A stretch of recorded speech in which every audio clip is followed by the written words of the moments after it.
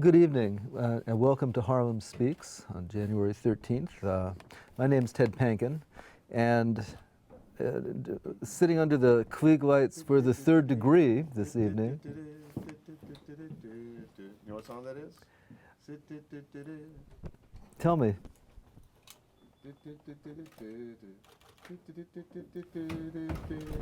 Tell me. Harlem Speaks. Ah, thank you. I mean, you guys should be having that song right now. Stephen Bernstein needs no introduction. No, I do. I need the song Harlem Speaks. Well, there you go. Stephen, as everyone in the audience, but people who are observing the film may not know, everyone in the audience, in our audience knows. He's a trumpeter, slide trumpeter, band leader, arranger, composer, wit, raconteur, Band leader. family man. Band Did I not say, I said band leader. Say sideman? I didn't say sideman. And a sideman. And we're going to be talking about all of these things over the next couple of hours or so. If Stephen stays awake, that's why he has his coffee. So let's start. These interviews tend to be biographical, so if you don't mind, let's talk a little bit about your formative years. It's, you know, sensibilities are often formed in those formative years, and yours, from the age of 8 in any event, were spent in Berkeley, California, with a quick little stop in Boston along the way. Mm-hmm. But talk a little bit about your entry, your gateway to music, the milieu in which you grew up, and I will ask you questions. Well, you can get one in. If I can get one in, that's correct. I mean, I've been telling people about this a lot. I was just at Umbria Jazz Festival. I was sitting at this table, a bunch of people from Chicago. I love people from Chicago. It was Dee Alexander's band, you know her? No. And I was talking, because I actually lived in Chicago when I was 2, and they were like, oh, you remind me of someone from Chicago. And growing up in Berkeley, I moved there in '69. It was so amazing. I mean, I tell people, like, I went to Black Panther summer camp. I had to call Black Panther summer camp. It wasn't actually a summer camp. It was just a summer afternoon program for kids. And the reason I like to say that is, like, that wasn't a big deal if you grew up in Berkeley. That's just the way Berkeley was. You mentioned your next door neighbors to me once, right? Yeah, he lived right around the corner. No. Fred Scales. No, Jeffrey Scales. His father was Fred, son was Jeffrey, and he was a photographer for Black Panthers. But I mean, it was just the way Berkeley was. It was an incredible community where you had, it was about liberation for all people almost. You know, whether it was liberation for Black people, for Chicano people, for people in wheelchairs, for Jewish people wanted to become Buddhists. You know, like everyone was a hippie. People, like a lot of communes, and it was like it was the beginning of recycling. It was the beginning of yoga, and it was a time where it was the beginning of integration in the United States, and it was a time where people were really just into expressing themselves and having I think of the mass amount of acceptance. I mean, I grew up in a very accepting period where people were doing a lot of experimentation. I went to see Duke Ellington when I was in the 3rd grade, I guess, and I never forget. Like, Duke Ellington knew our principal of my school and of my elementary school, so they put on a special concert. And the 2 things I can remember from the show was, one is,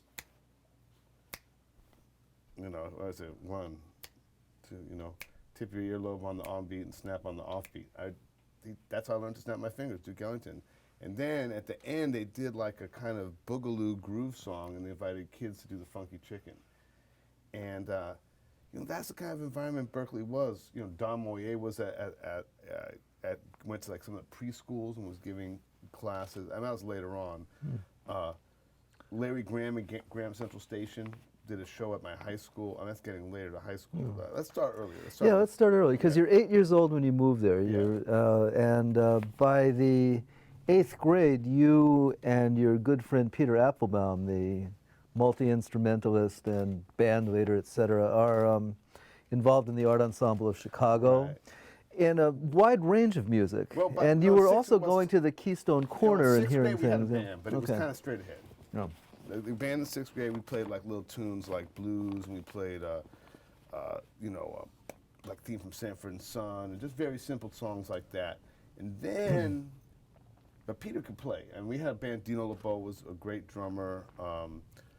Jeff Cressman, who plays trombone with Santana, was the trombone player, and then Peter discovered the art ensemble. And I think I always trying to figure out how he discovered them. I think it may have been that Braxton came through and brought this big project where he had Kenny Wheeler and Leo Smith, and he had a really big band he was touring with, and they played Zellerbach, which was the auditorium at the college, at the university.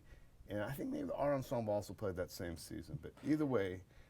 Well, the art ensemble had their first record on Atlantic in '72, I believe, so that may coincide, yeah. And like I remember in 6th grade, at the end of 6th grade, Peter gave me all these records. I wanted to check out Lee Morgan, I wanted to check out Horace Silver, he gave me Freddie Hubbard's Straight Life, he gave me Maynard, So I want you to check these guys out if you can play in my band. And then the next summer, after 7th grade, he said, I want you to check this out. And he came to his house, and he put on the art ensemble live at I guess, Ann Arbor Jazz Festival, and then Lester plays this incredible introduction to I guess to Otawala, or one of the songs, and I was like, oh yeah, that's some trumpet playing. I remember hearing that, and it really resonated. But we were going to Keystone Corner starting 7th grade. I think the first concert was Eddie Harris, and the next one was Sam Rivers, Oliver Lake double bill. But then we'd go see Art Blakey. Then we were going to see Dexter Gordon. It's all still in beginning, junior high school. This would be 73, 74, like that. Yeah, 74, 75, I guess, yeah. And so I was just being exposed to all this music, and we had a jazz program that Phil Hardiman and Dick Whittington started in elementary school. So instead of being in 4th grade and just taking band and orchestra, you could also take jazz band. And it was teaching to play by ear. It wasn't teaching chords. They taught us by ear. They gave us certain notes we could play. Said these notes worked for this song, and it gave basically a pentatonic scale for different songs, either a pure minor pentatonic or a more like major pentatonic to play over. And Mr. Hardiman, Phil Hardiman, would write the charts for us. And I guess maybe now should I tell all the people that Phil Hardiman started off? I think you should, yeah. Okay, I mean, not only was me and Peter, but Dan Walensky, who's my age, who's a great saxophone player here.